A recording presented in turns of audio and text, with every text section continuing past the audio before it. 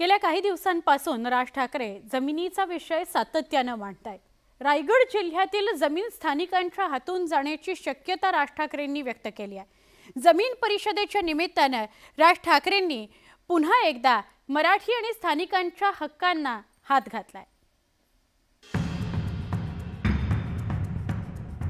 राज ठाकरेंनी आता रायगड जिल्ह्यातील जमिनींचा मुद्दा हाती घेतलाय। आगामी काळात रायगड जिल्ह्यातील जमिनींवर परप्रांतीयांचा कब्जा होण्याची भीती राज ठाकरेंनी व्यक्त केली। सोमवारी रायगडमध्ये मनसेकडून जमीन परिषदेचं आयोजन करण्यात आलं होतं। यावेळी बोलताना राज ठाकरेंनी हा इशारा दिलाय। दिल्यानंतर ती कोणाच्या घशात जाते नंबर 1, तुम्हाला त्याचा मोबदला व्यवस्थित मिळतोय का? पण ज्या प्रकारचे दलाल आता आपल्याकडे जे फिरतायत ते सगळ्या ठिकाणी तेच फिरत असतात। तू जमिनी घेतात तुमची, तुम्हाला पोरगं करतायत, तुमच्या पुढच्या पिढ्यांना पोरगं करतायत, तुमच्या हाताला काही लागत नाहीये। शिवडी ते न्हावा शेवा सागरी सेतूमुळे आता मुंबई रायगड अंतर काही मिनिटांवर आलंय। यामुळे मुंबईच्या कक्षा रुंदावण्यास मदत होणार असल्याचा दावा सरकारकडून करण्यात आलाय। तसंच तिसरी मुंबई म्हणून याकडे पाहिलं जात आहे। तर हा सागरी सेतू रायगडच्या मुळावर येणार असल्याची टीका राज ठाकरेंनी केली आहे। ही रोरो सुरू झाली, उद्या हे रस्ते तुमच्या जमिनी जाणार हातात बाबांनो।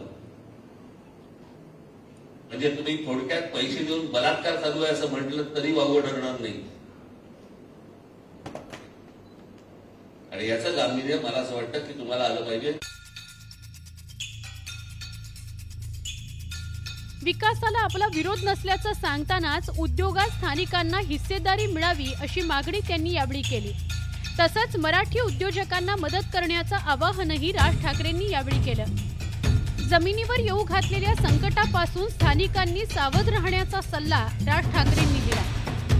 तुमचं सत्व सगळं विसरून जाता, तुम्हाला त्याचं जर भान आता नसेल तर तुमच्या हाताखाली सगळं गेलेलं असेल।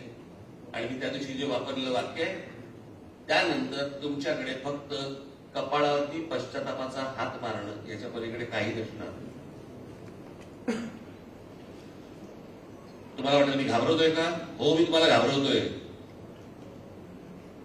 तुम्हाला धोका सांगतोय। महाविकास आघाडीच्या सत्तेत कडव्या हिंदुत्वाचा मुद्दा हाती घेऊन राज ठाकरेंनी मविया सरकारची चांगलीच कोंडी केली होती। पण 1.5 वर्षांपूर्वी राज्यात सत्तांतरानंतर आता मनसेचं इंजिन पुन्हा एकदा जुन्या ट्रॅकवर आल्याचं बघायला मिळतंय। Bureau report, news 18 Lokmat.